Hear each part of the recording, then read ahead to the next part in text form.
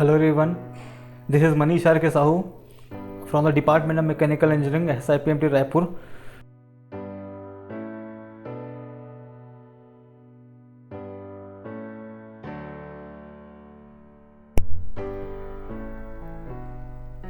Next topic of this unit is measurement of strain. So, mechanical strain is a geometric measure of deformation representing the relative displacement between particles in a material body, right? So, you already know what is strain. It is known as deformation, change in dimension. Strain is caused by external constraints or loads. There are two types of strain, elastic or plastic type of strain, right? Strain gauge, it is a passive transducer which transforms mechanical elongation and compression into a resistance change. तो basically क्या करता है ये, mechanical elongation और compression को resistance change में convert करता है. तो सो क्या है, ये मैकेनिकल प्रॉपर्टी को कन्वर्ट करता है किसमें, आपके इलेक्ट्रिकल प्रॉपर्टी में. So mechanical signal is converted into electrical signal, simple.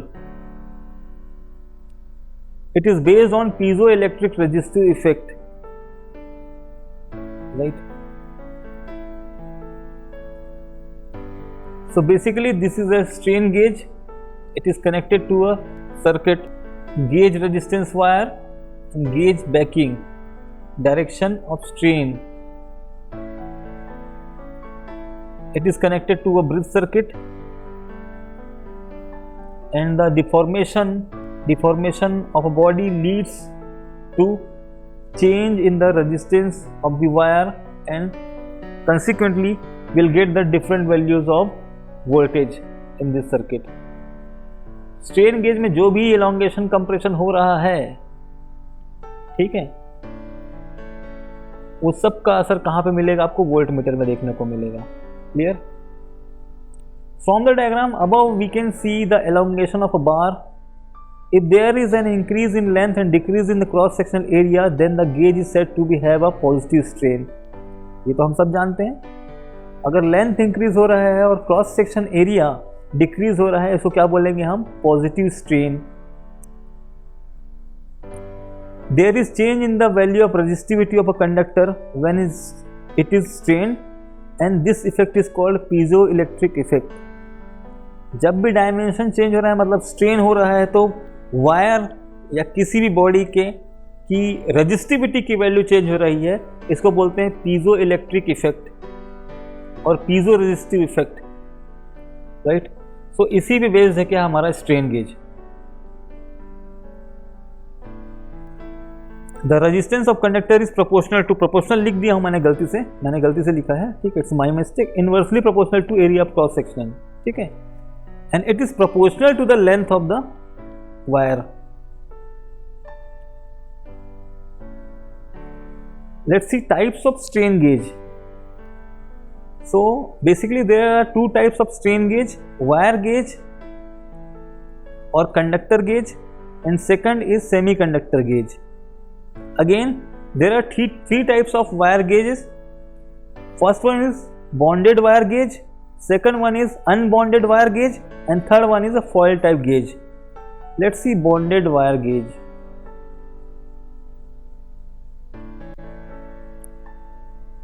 So you can see the diagram. Bonded का मतलब होता है चिपका हुआ. तो हम क्या करते हैं, सीमेंट से क्या करते हैं, वायर को, गेज वायर को स्टिक कर देते हैं. अब जो भी डिफॉर्मेशन होगा आपके सीमेंट वाले पोर्शन में, है ना, उससे क्या होगा, हमारा वायर भी क्या होगा, स्ट्रेन होगा. वायर स्ट्रेन होगा तो क्या होगा, हमको रेजिस्टेंस में चेंज आएगा और हमको क्या मिलेगा, वोल्टेज मिलेगा, डिफरेंट टाइप ऑफ वोल्टेज. ठीक है, तो ये सेम चीजें लिखा है. These gauges are bonded with cement to the measured surface. The bonded strain gauge consist of a wire grid which is fixed on the base. This is the base. यहाँ पे हमारा क्या है, स्ट्रेन, जो भी स्ट्रेन वायर है वो क्या है, या गेज वायर जो वो चिपका हुआ है. The shape of the wire grid may be square, rectangular और circle. ठीक है, इस पोर्शन को बोलते हैं इस पोर्शन को क्या बोलते हैं? इस पोर्शन को बोलते हैं grid.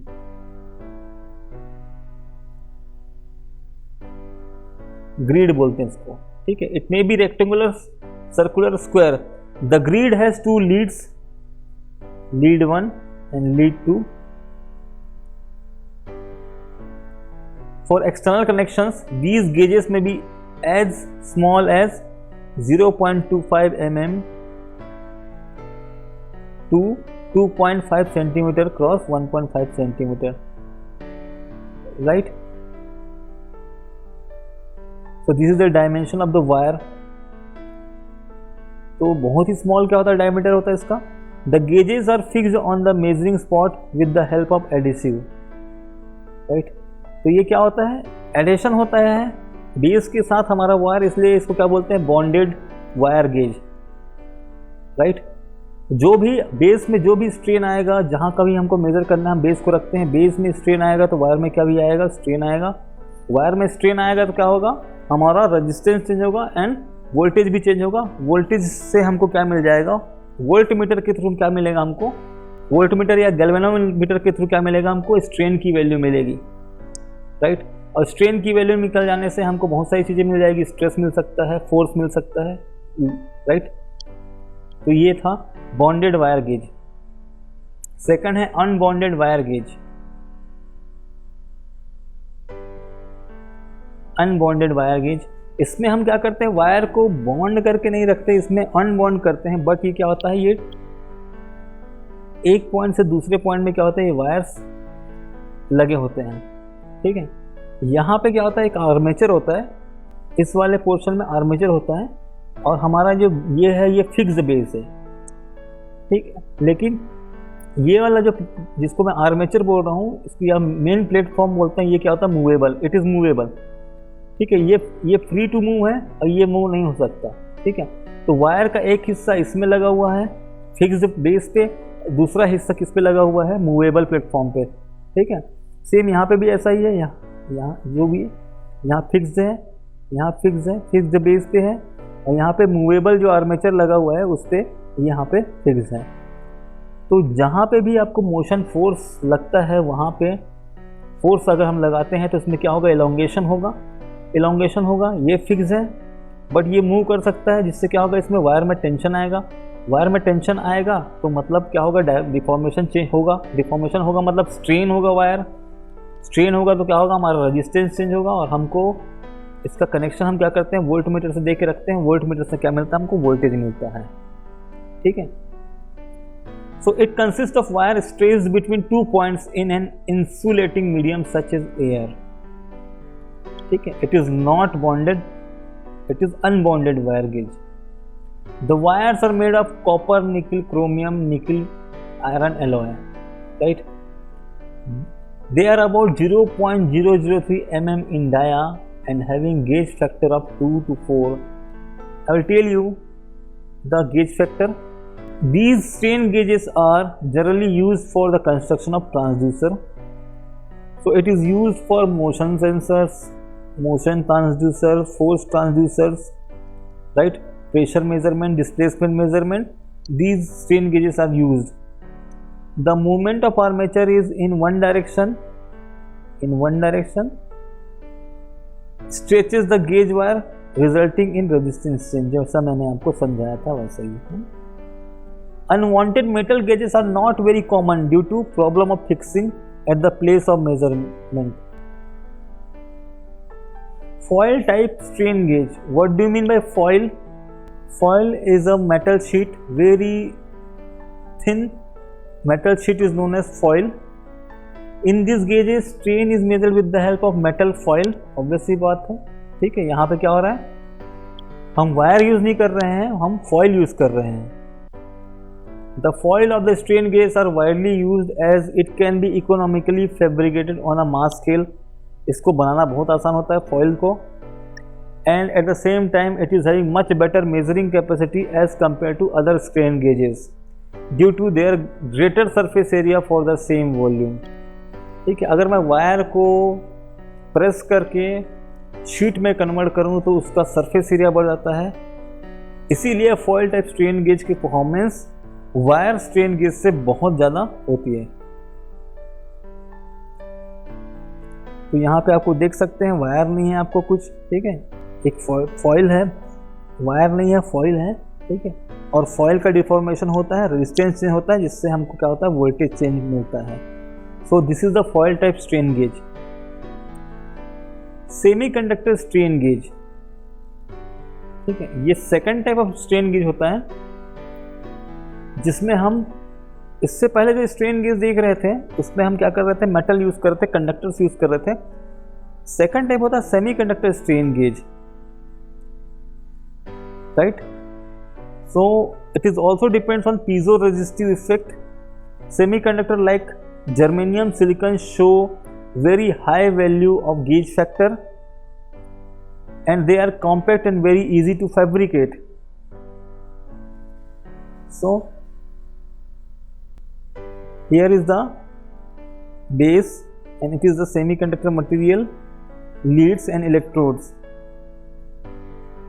It works same as the wire wound strain gauge, but in this type of strain gauge semiconductor material are used. That's it. Next topic is strain rosette. तो strain rosette क्या होता है? Combination of strain gauges are called rosettes. एक से ज़्यादा strain gauge को हम combine कर दें तो पूरे जो arrangement होता है उसको क्या बोलते हैं? strain rosette. And they are available in many combinations for specific stress analysis और transducers application. ठीक है, हमको बहुत सारे पर्पसेस को फुलफिल करना है तो हम क्या करते हैं, स्ट्रेन गेजेस को क्या करते हैं, मिक्स करते हैं according to our need. So the combination of all the strain gauges is known as strain rosettes. Practically an element may be subjected to stress in any direction and hence it is not possible to locate the direction of principal stress, right. किसी भी direction में stress लग सकता है, इसीलिए हम क्या करते हैं, कंबाइन करते हैं स्ट्रेन गेजेस को. Therefore it is not possible to orient the strain gauges along the direction of principal stress. So we combine the strain gauges and form strain rosettes. Hence there is necessity to evolve a strain gauge measurement system which measures the value of principal stress and stresses without actually knowing their directions, right. The solution of the problem lies in using these strain gauges to form a unit called rosette, right. Simple आपको समझना है, ये combination होता है strain gauge का, ठीक है, और हमको प्रिंसिपल स्ट्रेस की वैल्यू चाहिए होगी और स्ट्रेस किसी भी डायरेक्शन में लग सकता है बॉडी में, इसलिए हम क्या करते हैं, कंबाइन करते हैं स्ट्रेन गेज को और इसको क्या बोलते हैं, स्ट्रेन रोसेट बोलते हैं. So these are the combination types of strain rosette: multiple grid rosette, 2 element rosette, 3 element rectangular rosette, 3 element rosette, delta rosette. So you can see delta rosette, 3 element rosette, 2 element rosette, multiple grid, ठीक है, again 3 element rosette. So these are the types of strain rosette. So I hope आपको strain rosette समझ में आया होगा. Thank you. So we have completed the unit number 2. Right. I hope आपको समझ में आया होगा. अगर समझ नहीं आया होगा तो आपको मन में कोई भी डाउट होगा तो you can ask me any time. Okay, thank you very much.